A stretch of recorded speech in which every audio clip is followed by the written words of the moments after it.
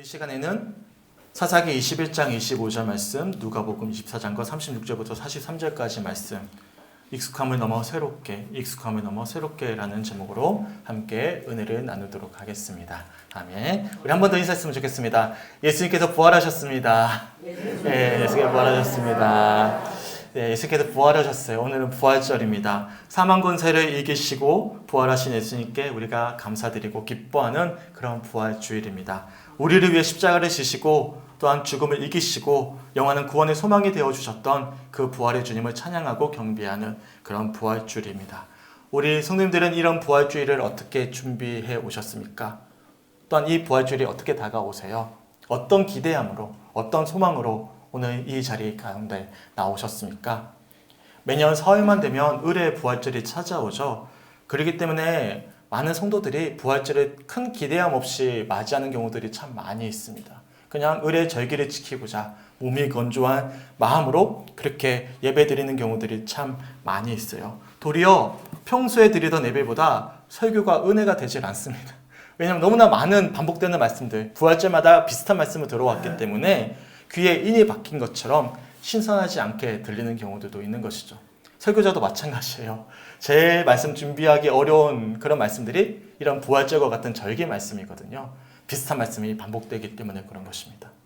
실제로 스포일러를 다 알아버린 영화를 보면 흥미가 뚝 떨어집니다.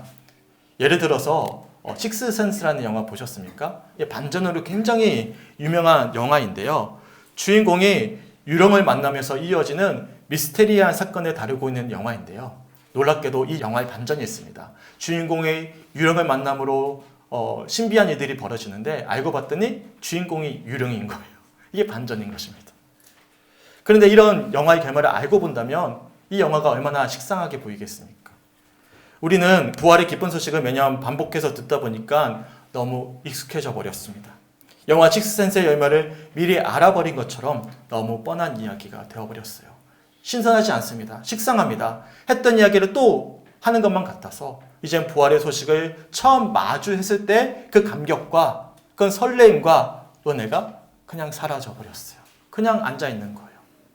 그런데 예레미야가 예가 3장 22절과 23절 말씀을 보시면 예레미야 선지자가 이렇게 이야기해요. 우리 함께 읽어봤으면 좋겠습니다. 시작. 여호와의 인자와 긍휼이 무궁하심으로 우리가 진멸되지 아니함이니이다.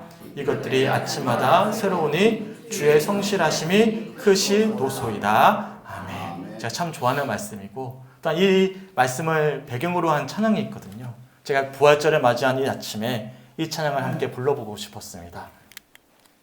주의 인자는 끝이 없고 그의 자비는 무궁하며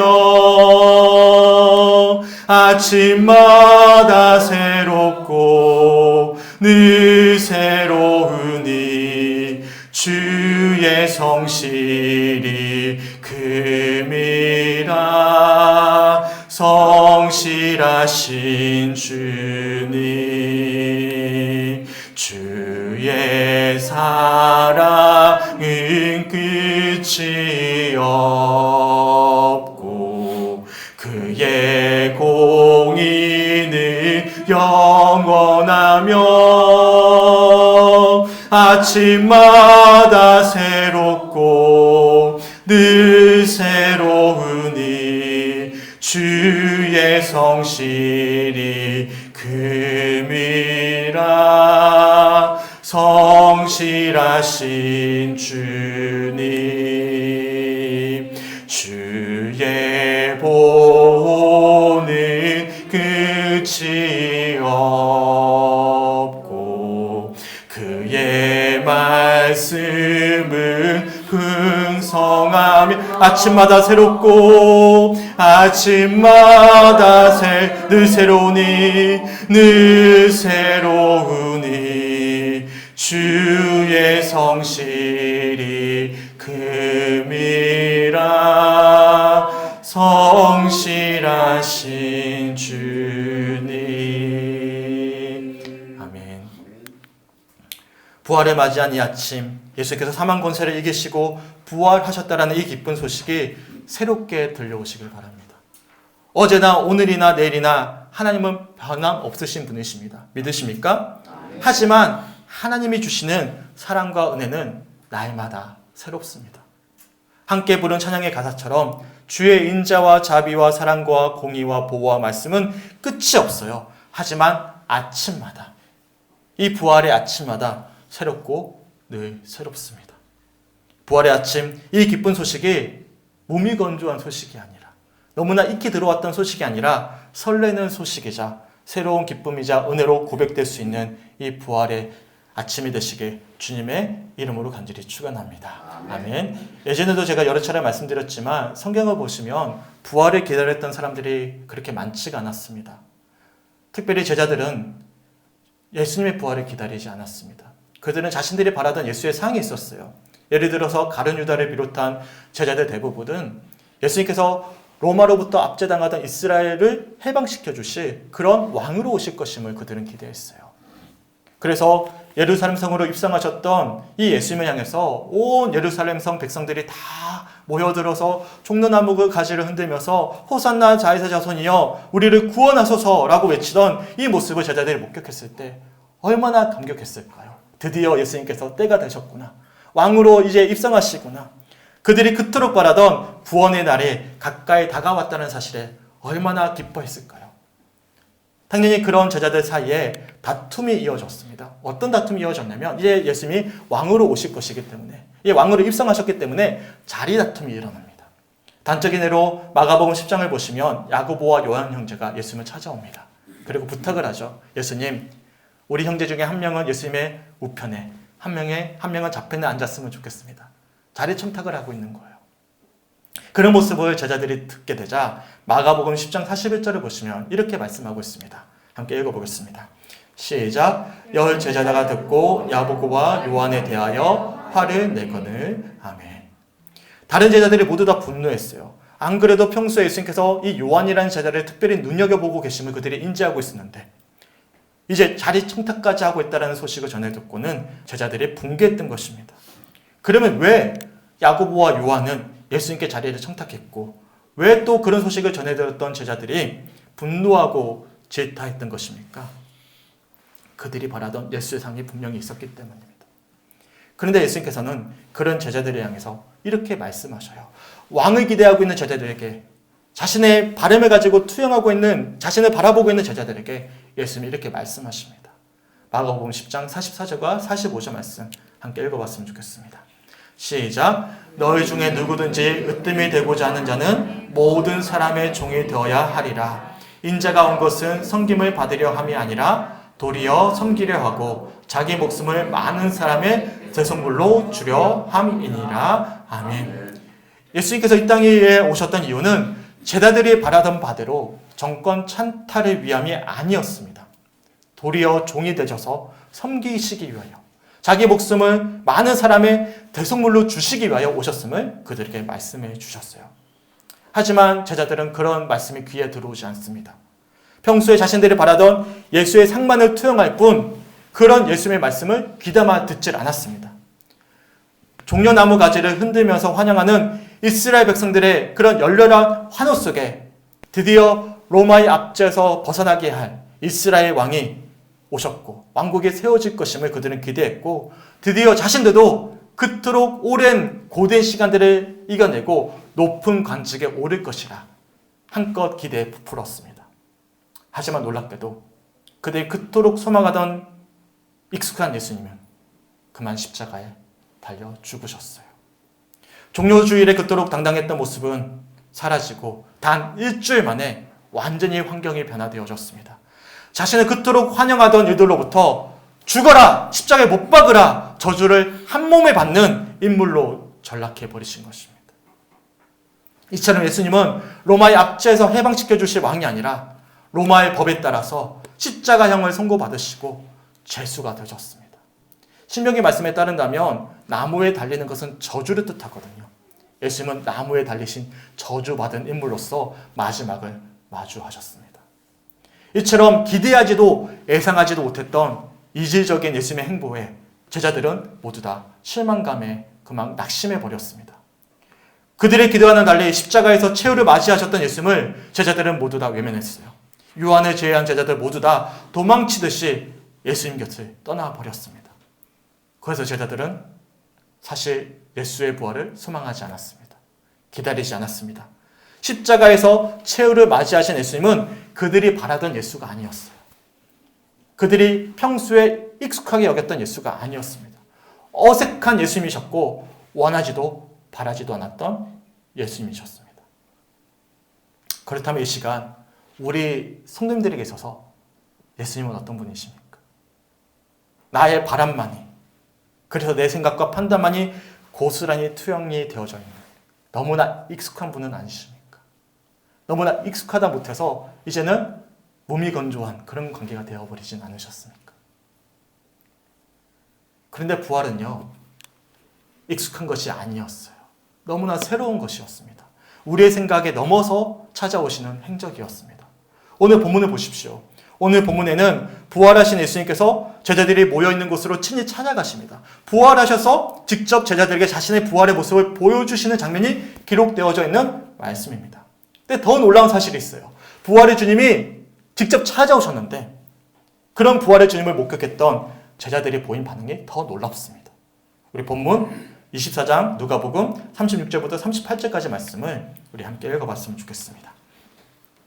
시작. 이 말을 할 때 예수께서 친히 그들 가운데 서서 이르시되 너희에게 평강이 있을지어다 하시니 그들이 놀라고 무서워하여 그 보는 것을 영으로 생각하는지라. 예수께서 이르시되 어찌하여 두려워하며 어찌하여 마음에 의심이 일어나느냐. 아멘. 제자 중 누구도 예수의 부활을 예상하지 않았습니다. 더군다나 십자가에서 돌아가셨던 예수님의 모습을 많은 사람이 목격했고, 더군다나 예수님이 돌무덤에 갇히셔서 혹여나 일어날 소요 때문에 로마의 병정들이 지키고 있다는 사실도 그들은 알고 있었습니다. 이처럼 자신들의 바람을 평소에 투영하던, 그렇게 평소에 익숙했던 예수님은 이미 이 세상에 없으셨어요. 십자가 위에서 끝이 나 있는 상태였습니다. 그런데 놀랍게도 3일 만에 부활하셨던 예수님이 그들에게 찾아오신 거예요. 그리고 36절을 보시면 예수님이 제자들에게 이렇게 말씀하십니다. 너희에게 평강이 있을지어다.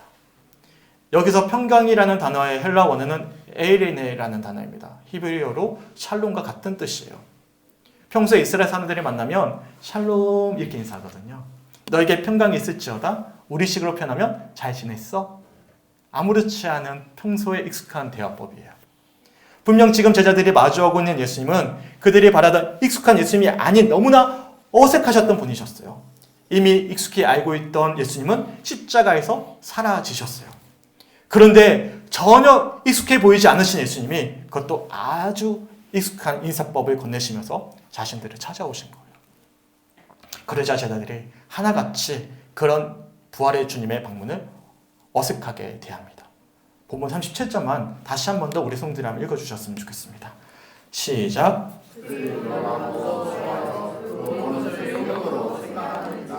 아멘. 여기서 놀라고 무서워하다라는 단어의 원어를 살펴보면 깜짝 놀란 나머지 두려워서 몸을 떨다라는 거예요. 경기를 일으키는 것이죠. 죽은 사람이 어떻게 살아날 수 있습니까? 분명히 예수님은 십자가에서 돌아가셨는데 어떻게 다시 살아나셔서 이 자리에 서 계실 수 있습니까? 이처럼 경기를 일으키고 있는 제자들을 향해서 예수님이 이렇게 말씀하셔요. 38절 말씀 제가 읽어드릴게요. 예수께서 이르시되 어찌하여 두려워하며 어찌하여 마음에 의심이 일어나느냐. 아멘. 우리 성도님들 어떻습니까? 오늘 이 부활의 소식이 어떻게 들려오십니까? 우리에게는 두 가지 익숙함이 공존하고 있어요. 첫 번째 익숙함은 앞서 말씀드린 것처럼 부활의 소식이 너무나 당연한 거예요. 너무나 익숙한 거예요. 오랜 세월 매년 반복되어지는 그런 부활절의 말씀과 부활절을 맞이하면서 어련히 부활하셨겠구나. 그냥 익숙하게 여겨버리는 거예요. 그러니까 설렘이 사라져버린 것입니다. 부활의 감격을 상실해버린 것입니다. 또 다른 익숙함이 하나 더 있어요. 그것은 무엇이냐면 상식입니다. 죽은 사람은 절대 살아날 수 없다라는 세상의 상식에 우리가 익숙해져 버렸습니다. 목사가 매년 부활절마다 설교를 전하고 성경에 분명히 기록되어져 있기 때문에 그런가 보다 하고 우리가 어련히 넘기지만 죽은 자가 정말 살아날 수 있을까? 최근에 SNS상에 젊은 목회자들 사이에 논쟁이 일어났어요. 정말 예수님의 부활이 사실일까? 아니면 의미적인 사건일까? 목사들 사이에서도 이런 의문을 던지고 있는 거예요. 상식에 익숙함에 우리가 넘어져 버린 것입니다. 그런데 부활하신 예수님께서 그런 익숙함에 젖어버린 우리들을 향해서 이렇게 말씀하십니다. 어찌하여 마음에 의심이 일어나느냐. 이처럼 예수님은 익숙함에 젖어있던 제자들을 향해 이어지는 본문 39절부터 43절까지 말씀에 이렇게 말씀하시고 행동을 보여주십니다. 우리 함께 읽어봤으면 좋겠습니다. 시작. 내 손과 발을 보고 나인 줄 알라. 또 나를 만져보라. 영은 살과 뼈가 없으되 너희 보는 바와 같이 나는 있느니라. 이 말씀을 하시고 손과 발을 보이시나 그들이 너무 기쁨으로 아직도 믿지 못하고 놀랍게 여길 때 이르시되 여기 무슨 먹을 것이 있느냐 하시니 이에 구운 생선 한 토막을 드리니 받으사 그 앞에서 잡수시더라. 아멘. 놀랍게도 어색함에 몸둘 바를 모르던 제자들에게 예수님은 친근한 모습으로 다가오십니다. 41절의 말씀처럼 너무나 기쁘지만 아직도 믿지 못하고 놀랍게 여기는 제자들에게 예수님은 살아생전의 모습 그대로 지극히 평범하고 익숙한 모습으로 제자들에게 다가오셔서 음식을 함께 나눠 드셨습니다. 익숙함을 넘어서 익숙하지 않으셨던 예수님, 그 예수님이 다시금 새로운 익숙한 모습으로 그들 가운데 임재하고 계시는 모습임을 우리가 말씀을 통해서 살펴볼 수가 있는 것입니다. 소망하기는 익숙함을 넘어서 새롭게 다가오실 그 부활의 주님을 설레는 마음으로 맞이할 수 있는 우리 모든 송축교회 성도들이 되시길 주님의 이름으로 간절히 축원합니다. 아멘. 우리가 사사기 말씀 한 주 동안 읽어봤잖아요. 사사기 말씀의 큰 주제가 뭡니까? 이스라엘 백성들이 왕이 없는 삶을 살아온 것입니다. 왜냐하면 자신들이 왕이 되어졌기 때문입니다. 저는 한 주 동안 사사기 말씀 너무나 불편하고 어려웠어요. 정말로 말씀 전하는 것 자체가 고역일 정도로 참 어둡고 무거운 말씀이었습니다. 하나님의 놀라운 은총 가운데 약속하셨던 젖과 꿀이 흐르는 가나안 땅에 정착했던 이스라엘 백성들이었지만 그 이후로 보였던 이스라엘 백성들의 행보는 기대와는 전혀 다른 죄로 만연한 삶이었습니다. 동족들 사이에 내전이 벌어졌습니다. 살인과 강간과 약탈이 빈번했습니다. 주변 이방 민족들의 침탈과 횡포가 횡행했고 사랑하는 자녀들조차도 불에 태워드리는 번제를 아무렇지 않게 행하던 그런 사람들이었어요. 어디서도 약속이 성취된 하나님의 백성다운 삶을 찾아볼 수가 없었습니다. 그런 절망과 저주로 만연한 모습이 사사기에 가득했어요. 그렇다면 왜 약속의 땅에 들어간 이스라엘 백성들의 삶이 이렇게 변질해 버린 것입니까? 사사기의 마지막 말씀이죠. 주제 말씀인데 오늘 본문 사사기 21장 25절 말씀을 함께 읽어봤으면 좋겠습니다. 우리 성도들의 목소리 한번 읽어주세요. 시작. 그때 이스라엘 왕이 없으므로 사람이 각기 자기의 손에 오른 대로 행하였더라. 아멘. 오랜 노예 생활에 절망하던 이스라엘 백성들의 절규를 외면하지 않으시고 그들을 출애굽하도록 인도하셨던 왕이 계셨습니다. 시내산에서 언약을 맺으시고 이스라엘 백성들의 불신앙 속에서도 40년 광야 생활 내내 구름 기둥과 불 기둥으로 만나와 매출하기로 그들을 먹이시고 인도하셨던 왕이 계셨습니다. 싸울 엄두조차 내지 못하던 그들을 위해서 기적적인 방법으로 여리고성을 무너뜨리시고 약속의 땅을 정복할 수 있도록 힘과 용기를 주셨던 왕이 계셨습니다. 하나님은 그런 이스라엘의 왕이 되셨고 이스라엘은 그런 하나님의 백성이었습니다. 그런데 놀랍게도 약속의 땅에 정착했던, 그래서 약속이 성취된 놀라운 은총 가운데 살아내야 될 이스라엘 백성들이 보였던 모습은 그런 왕이 없는, 왕이신 하나님이 없는 듯한 삶을 살아냈던 것입니다. 날마다 새롭게 찾아오시는, 새롭게 역사하시는 그런 왕이신 하나님은 온데간데 없이 사라지고 각기 자신들의 좋은 옳은 소견대로만 행했던 것이었습니다. 사사기 말씀을 함께 읽어보셔서 아시겠지만 이스라엘 백성들은 여전히 하나님께 예배를 드리고 있었어요. 예배를 드리지 않았던 것이 아니었습니다. 어려울 때마다 기도도 했습니다. 그래서 그들의 기도에 하나님께서 응답해 주시고 위기의 순간마다 사사를 세우셔서 그렇게 일해 가셨어요. 그들은 예배도 드렸고 기도도 했어요. 신앙을 저버린 것이 아니었습니다. 하지만 그들은 익숙한 자신들의 소견대로 믿어왔던 거예요.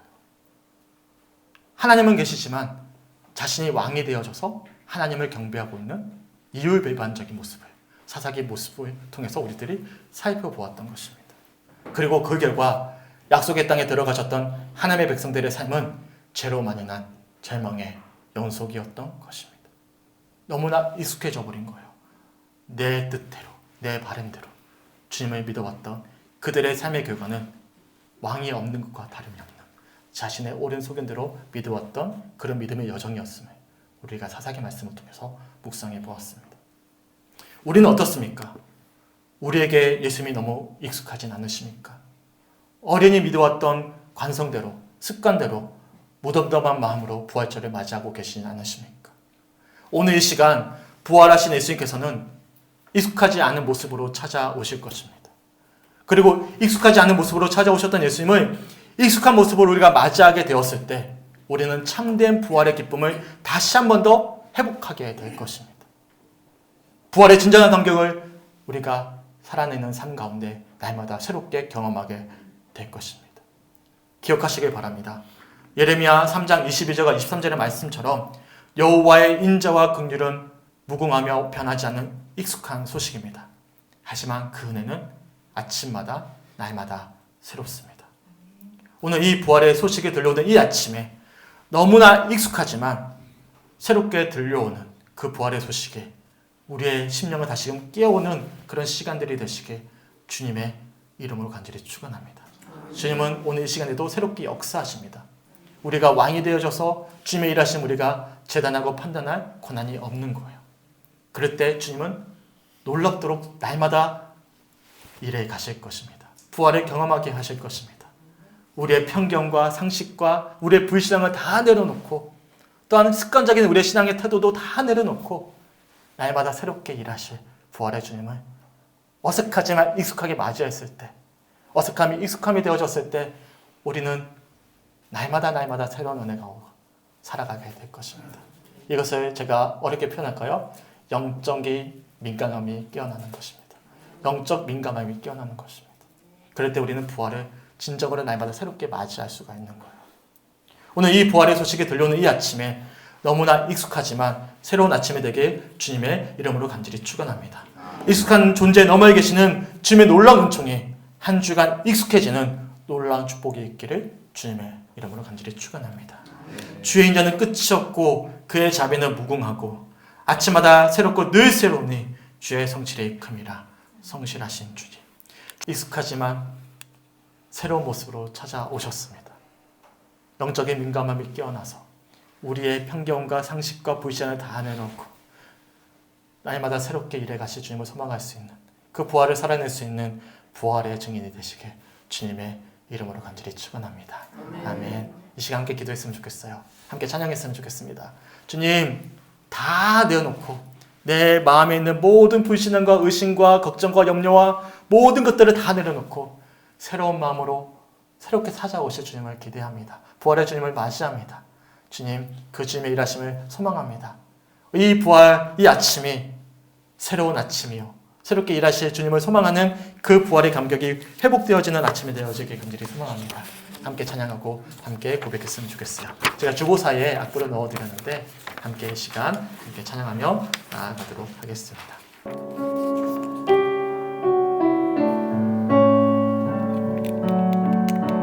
주의 인자는 끝이 없고 그의 자비는 무궁하며 아침마다 새롭고 늘 새로우니 주의 성실이 큼이라. 성실한 2절은 앞에 있는 PPT를 보시기 바랍니다. 주의 사랑은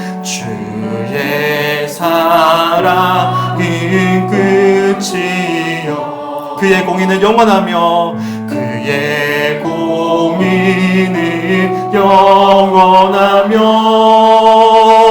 아침마다 새롭고 늘 새로우니 주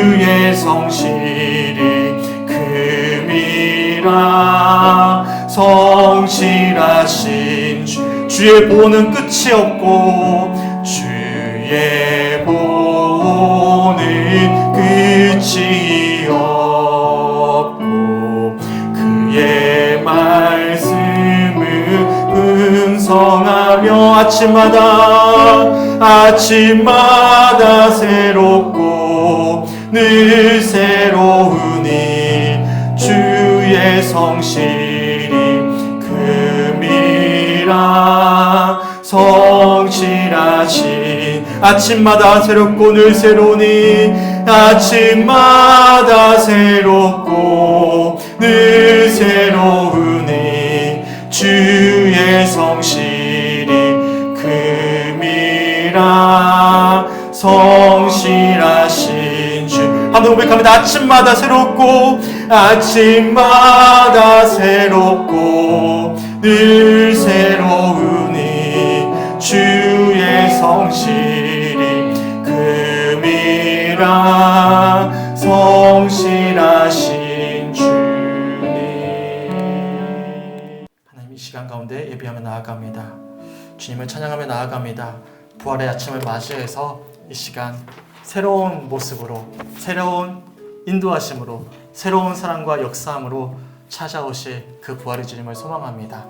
우리가 몸이 건조한 심령으로 이 부활절 예배를 함께 참석했지만 우리의 편견과 우리의 마음에 있는 큰 아픔과 문제에 큰 짐을 짊어지고 이 자리에 무거운 마음으로 이 자리 가운데 앉아있지만 주님, 그동안 왕이신 주님을 온전히 바라보지 못하였던 우리의 심령을 깨뜨리시고 새로운 모습으로 찾아오실, 새롭게 일해가실 주님을, 부활의 주님을 소망케 하심에 주님 너무나 감사합니다. 부활의 그 기쁨과 감격을 가지고 다시 한 번 더 세상 가운데 나아갑니다. 아버지, 주님은 부활의 주님이시기에, 영혼을 이미 성취하신 승리의 주님이시기에 우리가 그 은혜를 붙잡고 나아갑니다. 어떠한 문제와 아픔이 우리의 삶 가운데 다가올지라도 날마다 새롭게 일해가실 주님과 함께 동행함으로 하나님, 부활을 살아내는 참된 재능이 되게 하여 주시옵소서. 그 주님과 날마다 새로운 믿음의 정을, 날마다 새로운 은혜 가운데 살아갈 수 있도록 인도하여 주시옵소서. 오늘 주셨던 말씀들을 기억하시면서 함께 묵상하며 기도하며 나아가도록 하겠습니다. 함께 기도합니다. 주님 아버지, 너무나 감사합니다. 하나님 은혜 가운데 함께 하시고 붙잡아 주셔서 귀한 예배함으로 나아갈 수 있도록 인도하여 주심에 주님 너무나 감사합니다. 아버지, 모든 성도들의 심령 가운데 이 시간 새롭게 찾아오실 부활의 주님, 그 은혜를 감격하면서 아버지 새로운 마음으로, 새로운 각오로 새로운 부활의 은혜를 누리며 그 은총 가운데 살아내길 간절히 소망합니다. 우리가 비록 아버지 목사로, 장로로, 권사로, 집사로 우리의 믿음의 경륜이 참 오래되었지만 하나님, 그 오래된 신앙의 전통과 아버지 지난 우리의 신앙의 모습들이 하나님을 바라보는 시선이 되지 않게 하여 주시고 날마다 새롭게 말씀하시는 아버지 영적인 민감함을 깨워줘서 아버지 회복되어져서 주를 온전히 바라봄으로 말미암아 우리의 상식과 우리의 생각과 우리의 염려에 넘어서 일하실 그 부활의 주님을 소망하면서 그 감격과 은혜 가운데 날마다 새로운 은혜 가운데 살아낼 수 있는 부활의 참된 증인들이 될 수 있도록 주님 인도하여 주시옵소서. 주님을 소망합니다. 주님 인도하여 주시고 이 부활의 감격 가운데 다시 한 번 더 새 마음과 새 은혜로 새 소망으로 아버지 부활을 살아낼 수 있는 참된 부활의 증인들이 될 수 있도록 주님 인도하여 주시옵소서. 주님 인도하여 주시옵소서. 주님 너무나 감사합니다. 익숙함을 넘어 새롭게 찾아오시는 부활의 참된 그 주님의 영광을 이 시간 주목하게 하시고 그 주님의 은혜를 마음 가운데 다시금 새기게 하심에 주님 너무나 감사합니다. 지난 아버지 우리의 신앙의 경륜과 경험들을 깨뜨리시고 우리의 상식과 우리의 불신앙을 넘어서 새롭게 일해가실 부활의 주님을 소망케 하심에 주님 너무나 감사합니다. 새롭게 우리 교회 가운데 일해가실 주님, 새로운 신앙의 각오를 가지고 영적인 민감함이 깨어져 살아나 주를 온전히 바라는 우리의 새로운 심령 가운데 결단 가운데 일해가실 주님, 그 부활의 주님이 우리와 함께하고 계심을 다시 한 번 더 소망케 하심에 주님 너무나 감사합니다. 우리의 상식과 불신앙과 염려와 걱정을 넘어서 새롭게 일해가실 부활의 그 주님을 바라보면서 앞으로의 믿음의 전 가운데 날마다의 은혜가 회복되어지게 하여 주시옵소서. 날마다 부활의 증인이 되게 하여 주시옵소서. 부활절을 지나고 나면 부활을 다 새까맣게 잊어버리고 그냥 무미건조하게 살아왔던 지난 삶인 매일 모습들이 아니라 날마다 부활을 경험하는 삶이 되게 하여 주시옵소서. 아침마다 늘 새로운 은혜 가운데 부활의 참된 증인이 되게 하여 주시옵소서. 그런 우리 교회와 우리 모든 성축교회 성도들의 새로운 믿음의 여정이 펼쳐지도록 주님 축복하여 주시옵소서. 감사드리며 우리를 사랑하시는 예수 그리스도 이름으로 간절히 기도드렸습니다.